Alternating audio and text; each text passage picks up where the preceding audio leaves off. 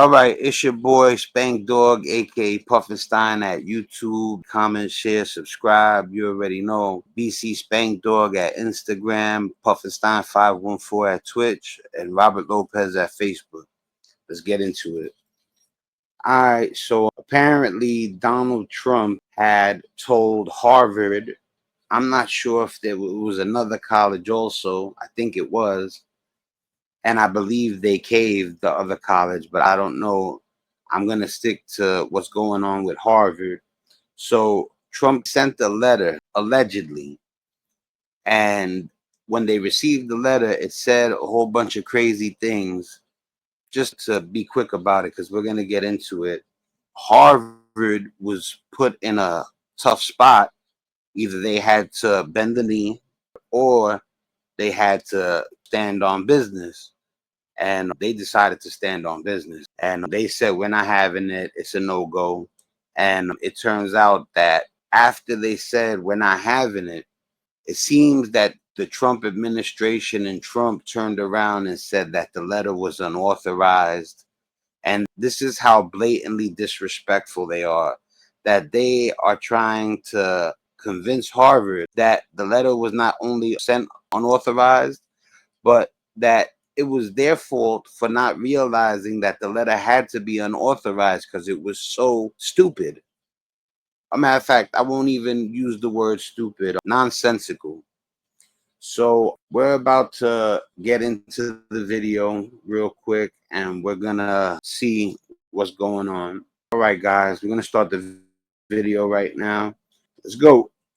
Never in my life have I seen such an incompetent administration or organization of any kind. I had college group projects that were more coordinated than the current administration in office. I almost couldn't believe the story that came out last night detailing how the Trump admin is now claiming mistakenly sent a letter to Harvard University, and this letter was insanely escalatory. It was making all of these demands of Harvard to make sweeping. How do you listen? They said it was unauthorized. How does that letter even get created? How does it get the Harvard letterhead? How does it get signed by top president's top? It has their John Hancock. It was signed by Trump's top officials, so it doesn't make sense. The audacity of them to make these demands from Harvard. And then when Harvard has enough courage to stand up and say, even though it's the president, we're not having it. It's a no-go. The president and the administration turn around and say that letter was unauthorized, even though it has a Harvard letterhead and top Trump official signatures. Oh, and by the way, it's your fault because you should have realized that that was a illogical letter and you should have realized it was unauthorized. How does the burden fall on them when the letter got sent to them? Nobody believes that it was unauthorized. Nobody believes that it was unauthorized. And Mark, the talk from the beginning here. Never in my life have I seen such an incompetent administration or organization of any kind. I had college group projects that were more coordinated than the current administration in office. I almost couldn't believe the story that came out last night detailing how the Trump admin is now claiming it mistakenly sent a letter to Harvard University, and this letter was insanely escalatory. It was making all of these demands of Harvard to make sweeping changes across their leadership, their admissions, their hiring practices. It said, you can't teach this, you have to teach this. It was a hugely demanding letter that was a massive amount of government overreach. And then Harvard came out a few days later and any of these demands. Now, I'll pause it right there. I caught him at a pause. So what I'm saying is if you're saying this was unauthorized, then who created the letter? Who got the official Harvard letterhead? Who got the signatures put on it? And who sent it out? Now, first of all, it has to be more than one culprit.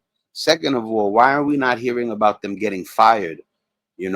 Doesn't add up. At the end of it all, it seems like the Trump administration sent out a threatening letter to Harvard.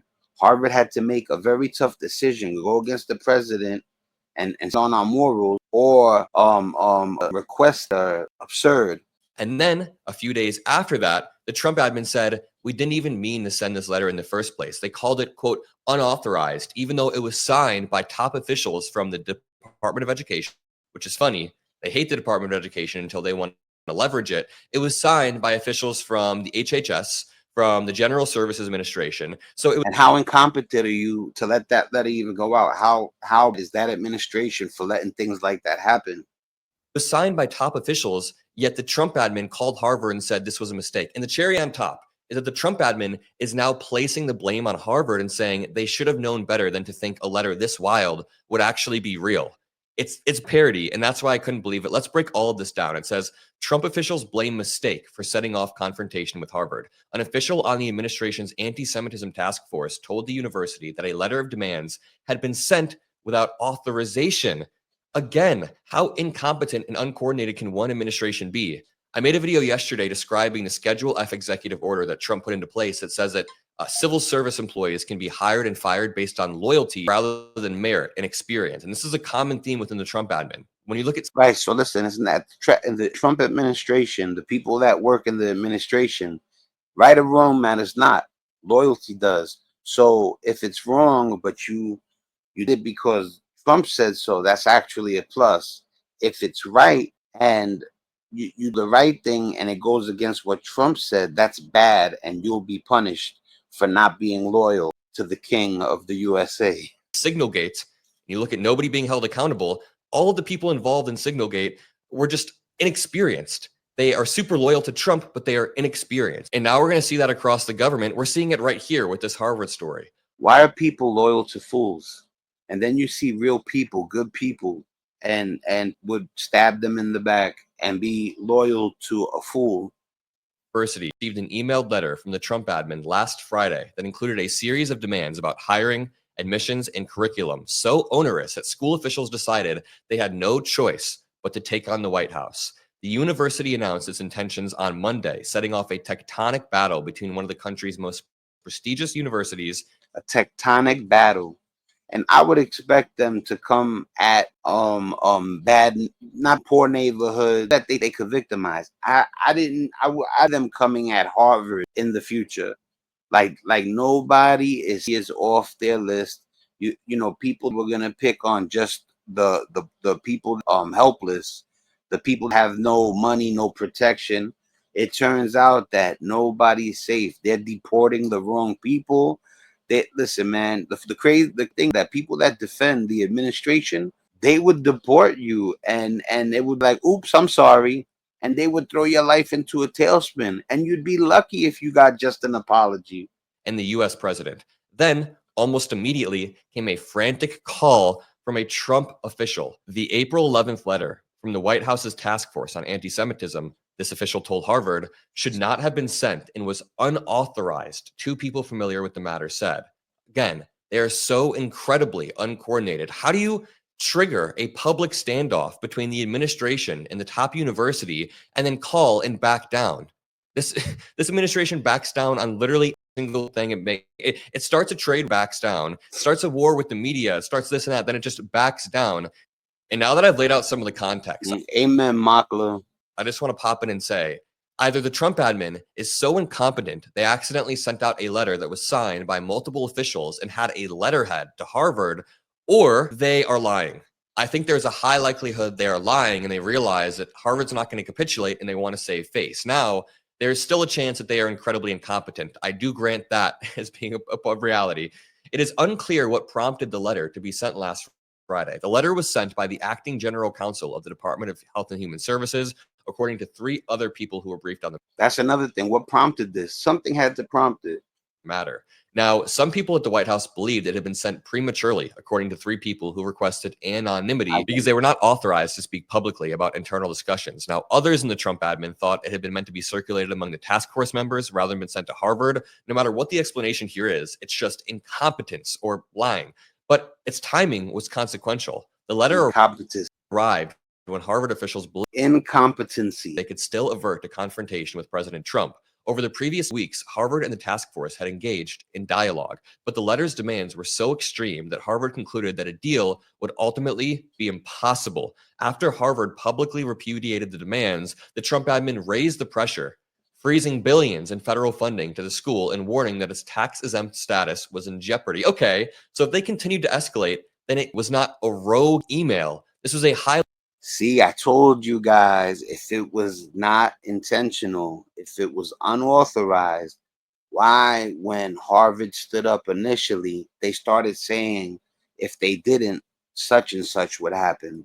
High-level document that had been crafted, signed by multiple officials, and sent. And the moment Harvard pushed back, the White House froze $2.2 billion in federal grants. So actually, Look at that. When they stood up, they froze money. So if it's unauthorized, why did $2.2 billion in federal grants get frozen? And I'm going to rewind that so you guys to hear it one more time.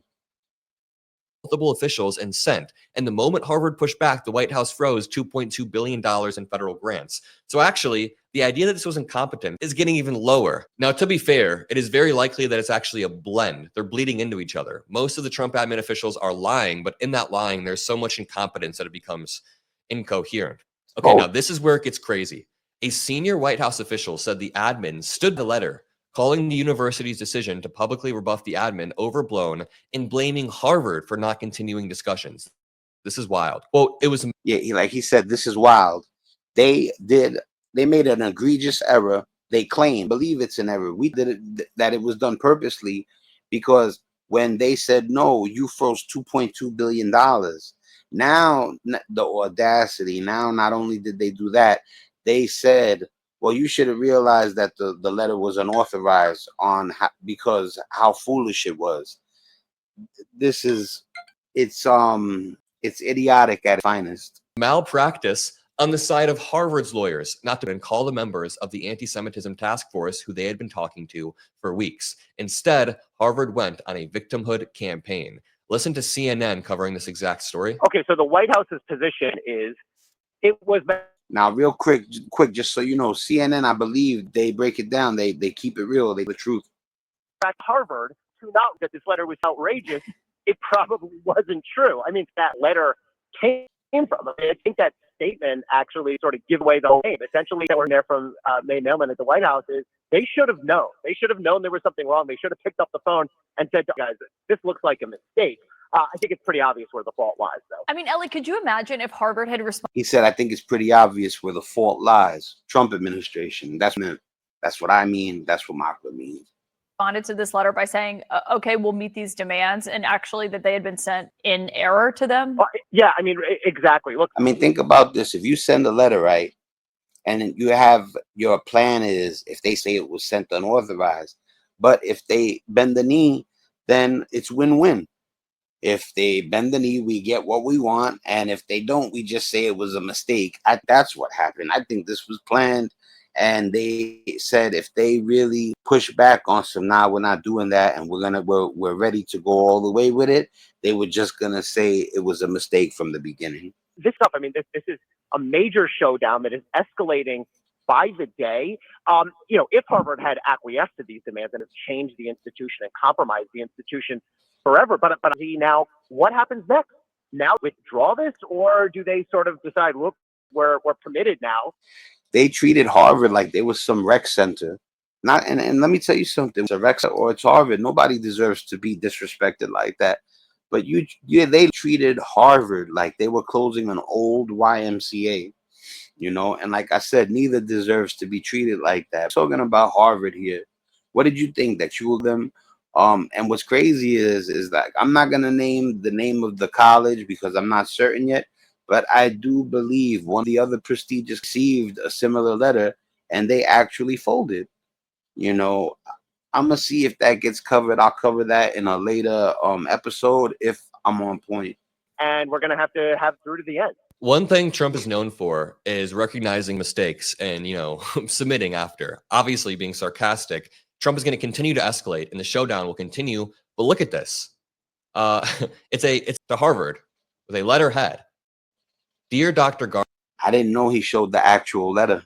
Garber, the United States has a university's operations. Now, I'm not going to read this whole letter because it's BS, but you can just read merit-based hiring reform, view diversity in admissions and hiring, reforming programs with egregious records of anti-Semitism or other bias, discontinuations of DEI. It talks about what curriculum they can and can't include, who they can and can't hire, a massive overreach coming from the admin Well, I guess coming from the admin that is also sending people to other countries illegally and even suing law firms to try to get them to bend to their will. If you voted for Trump, he'll deport you. The crazy thing is that you could be born in this country and there's a slim chance you could get deported. It's happened already. But to continue this article, Ms. Mailman said, the White House senior policy official, there is a potential pathway to resume discussions if the university, among other measures, follows through on what Mr. Trump wants and apologizes to his students for fostering a campus where there was anti-Semitism. Why negotiate at all? Why is Trump negotiating with college campuses to try to get them to change their curriculum?